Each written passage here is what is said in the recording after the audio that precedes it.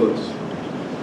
Yo voy a empezar con una anécdota. Yo fui ministro de Salud o de Sanidad de Colombia por mucho tiempo, quizás demasiado, 6 años. Y donde iba, a cualquier auditorio, cualquier reunión, grande o pequeña, la palabra crisis estaba presente siempre.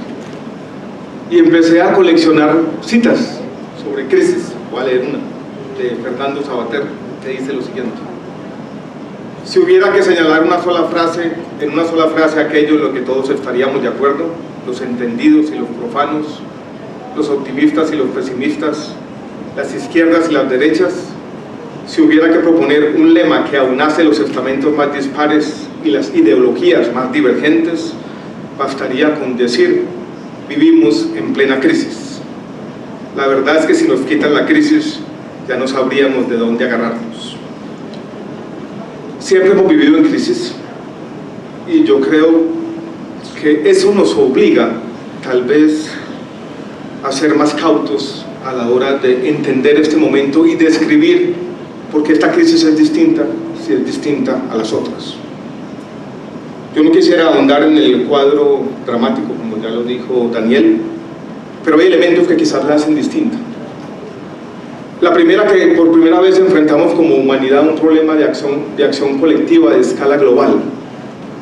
Y esos problemas de acción colectiva de escala global son difíciles para los seres humanos. Casi que antropológicamente no estamos diseñados para cooperar con personas que no conocemos. Esa cooperación entre personas heterogéneas, distintas, con la que es difícil incluso entender esa fraternidad espiritual del ser humano, es difícil. Segundo, está ominosamente, otra vez, la guerra, una amenaza acechante en este momento. Tercero, y me preocupa como funcionario y siempre me ha preocupado, la erosión del debate público que estamos viendo.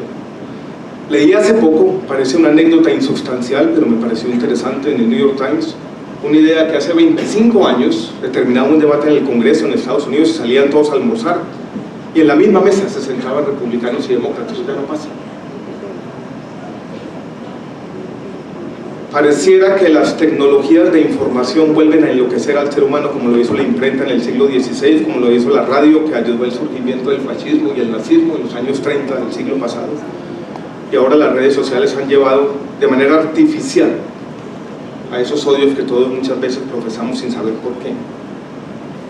A eso se suma la crisis de confianza que nos toca vivirlo, Marta, como funcionarios todo el tiempo. Es difícil la desconfianza profunda en las democracias liberales en este momento.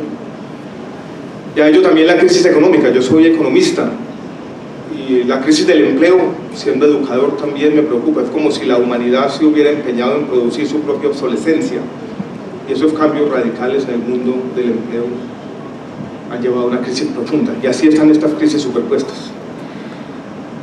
Pero yo soy en este momento ministro y soy funcionario y no puedo quedarme en el inventario de la crisis, tengo que ir más allá. Y quiero describirle rápidamente mi estado mental, cómo tengo que operar todos los días.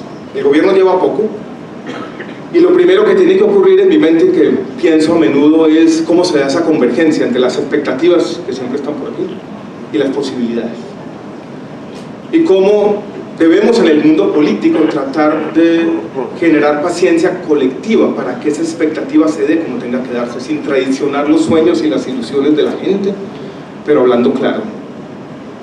Y eso sabemos que no es fácil. Lo segundo es que yo hago parte de un gobierno donde hay un acuerdo político, y todos los acuerdos políticos tienen una naturaleza precaria, todos son difíciles.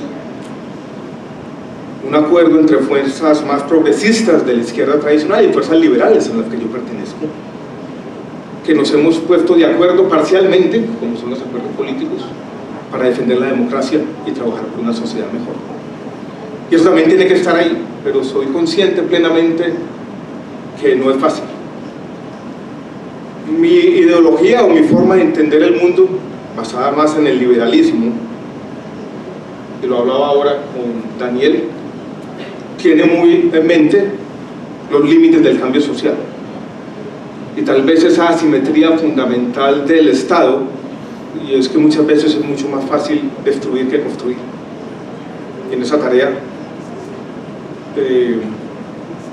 Hay que tener voluntad, pero también método al mismo tiempo. Una de las cosas más difíciles para un político hoy en día es hablar de la complejidad del cambio social ante esa impaciencia colectiva. Hablarlo con franqueza, sin traicionar, ya dije, las ilusiones de la gente, y hablarlo con visión de largo plazo. Mi visión, ahora que soy ministro nuevamente, después de haberlo sido por 6 años ministro de Salud, es que tal vez la responsabilidad principal consiste en detectar rápidamente dónde hay espacios de posibilismo, lo llamo yo, donde uno puede avanzar eficazmente. Para eso nos lleva a abrir otros espacios de posibilismo, y así vamos venciendo esa impaciencia colectiva y encontrando formas de recuperar en parte la confianza en las instituciones y en la democracia. Y entiendo mi trabajo, más allá de las decisiones técnicas. Yo vengo un poco del mundo de la economía, fui tecnócrata por mucho tiempo, no me arrepiento. Consiste en una búsqueda obsesiva de legitimidad. Ante todas estas crisis sería muy fácil resignarse, pero yo estoy aquí porque en algún momento decidí que no me voy a resignar, no nos vamos a resignar. Creo, como dijo alguna vez Jorge Luis Borges, tengo la frase en un pedacito de mi oficina en Bogotá, que no conocemos plenamente los designios del universo, pero que si actuamos con justicia y razonamos con lucidez, algo bueno puede pasar. Y que quien intenta cambiar la sociedad, el reformador, tiene que entender que quizás casi siempre es una figura trágica, y que su respetabilidad ética, como escribí alguna vez, viene quizás de su insistencia en hacer lo que toca en contra de esas fuerzas mayoritarias de la insensatez, el oportunismo y la indiferencia. Entonces, ante la pregunta de ¿qué hacemos?, seguir para adelante, seguir insistiendo y entender que cuando uno tiene responsabilidades públicas hay logros parciales que justifican el sacrificio y el desvelo de todos los días. En Colombia queremos, por ejemplo, crear 500.000 nuevos cupos de educación superior. No es la gran transformación, quizás queda muy poco ante la crisis, pero yo creo que vale la pena. Y con esa nota de optimismo, David, así sea quizás difícil en medio de la crisis, quiero terminar mi intervención. Muchas gracias.